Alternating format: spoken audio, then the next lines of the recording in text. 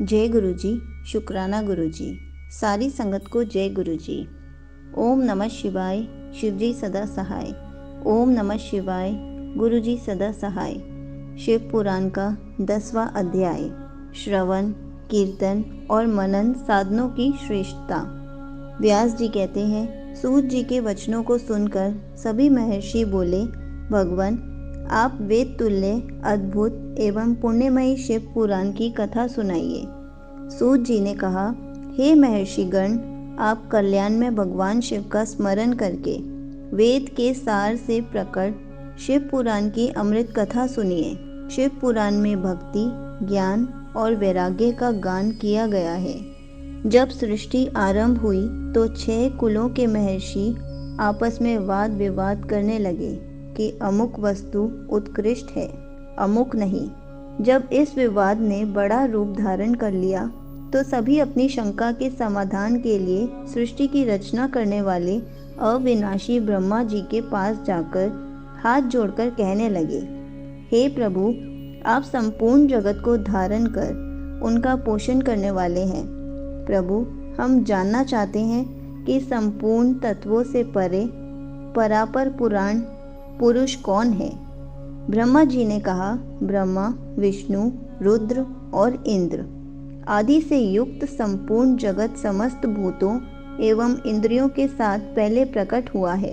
वे देव महादेव ही सर्वज्ञ और संपूर्ण हैं।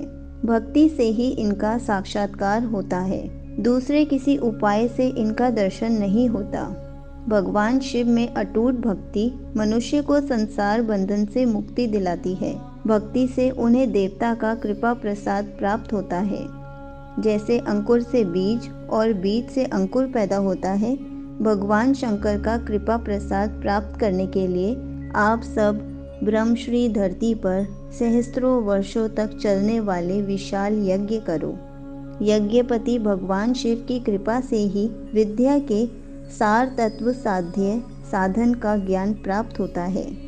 शिव पद की प्राप्ति साध्य और उनकी सेवा ही साधन है, तथा जो मनुष्य बिना किसी फल की कामना किए उनकी भक्ति में डूबे रहते हैं, वही साधक है।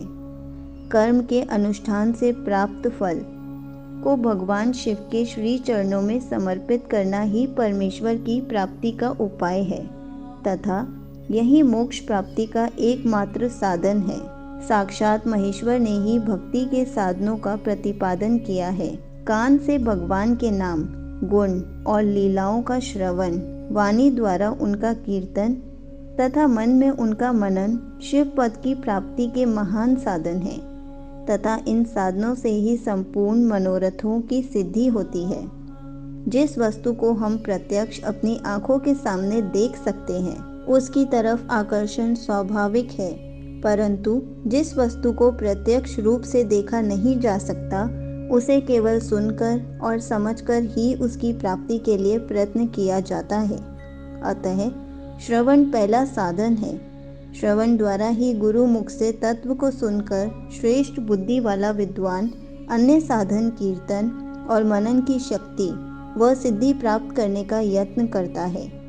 मनन के बाद इस साधन की साधना करते रहने से धीरे धीरे भगवान शिव का संयोग प्राप्त होता है और लौकिक आनंद की प्राप्ति होती है। भगवान शिव की पूजा, उनके नामों का जाप तथा उनके रूप, गुण, विलास के हृदय में निरंतर चिंतन को ही मनन कहा जाता है।